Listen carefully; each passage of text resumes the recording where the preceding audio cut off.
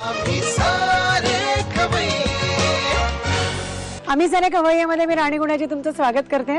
आपण आलो आहोत चित्रनगरीमध्ये। कोल्हापूरला भटकण्यासाठी भरपूर ठिकाणं आहेत आणि तसंच कोल्हापूरची खवय्यगिरी तर जगप्रसिद्ध आहे। आपण कोणाच्या घरी जाऊन ही खवय्यगिरी करतोय ते बघूया। आपण आलोय तेजस्विनीशी गप्पा मारायला आणि आहे तेजस्विनी धर्माधिकारी। हाय हाय, तुला असं मी औपचारिक नमस्कार वगैरे नाही केला, तू खूप यंग आहेस। हो बरं मला सांग काय करतेस तू? मी सेकंड इयर बीकॉम ला आहे Second year सध्या B.Com. करते। आणि कुठलं कॉलेज? देशभक्त रत्नाप्पा कुंभार कॉलेज कॉमर्स, ओके, कोल्हापुरातच आहे? कोल्हापुरातच आहे। आणि घरी कोण कोण आहे? घरी आई, बाबा, आजी आणि छोटी बहीण। आणखीन काय काय आवडतं तुला?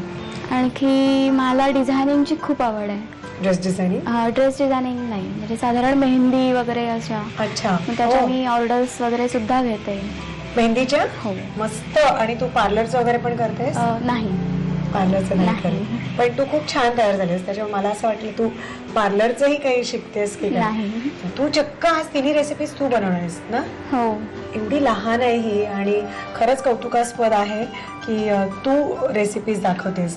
तर तिन्ही काय, व्हेज नॉनव्हेज काय? तिन्ही व्हेज रेसिपीज आहेत। तिन्ही व्हेज आहेत। हो। मग पहिली कुठली आहे? पहिली सोयाबीनची चटणी। ओ अच्छा, हेल्दी? हेल्दी। ओ, आणि ओली का सुकी? सुकी। सुकी चटणी? हो, सुकी चटणी। बरं, ठीक आहे. त्याच्यानंतर चीझी ओनियन टोस्ट आणि तिसरी आहे ती व्हेजिटेबल विंदालू।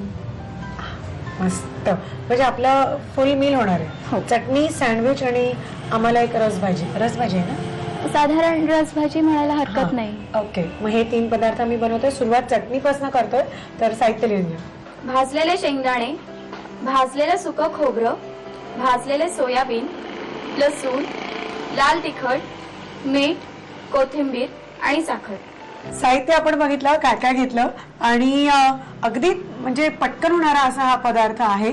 पण मला आधी असं विचारायचं तेजस्विनी की सोयाबीन आपण असे नुसते भाजून घेतलेले चालतात, म्हणजे हो हो, चालतात. पचायला हो, चालतात काही चालतात असे?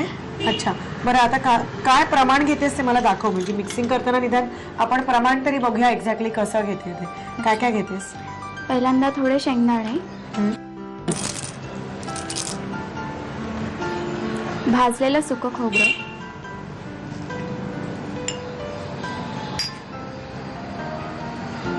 भाजलेलं सोयाबीन,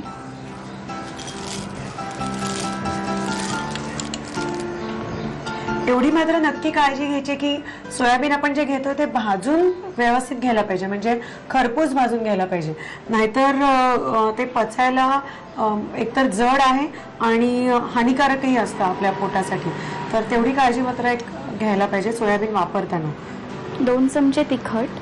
पण हे तुमचं कोल्हापुरी तिखट आहे का कोल्हापुरी साधं? तिखट नाही, साधं नुसतं रंग आहे त्याचा। अच्छा, 8 ते 9 पाकळ्या लसूण, ओके, थोडीशी साखर हा चवीपुरती, चालेल। चवीपुरतं मीठ।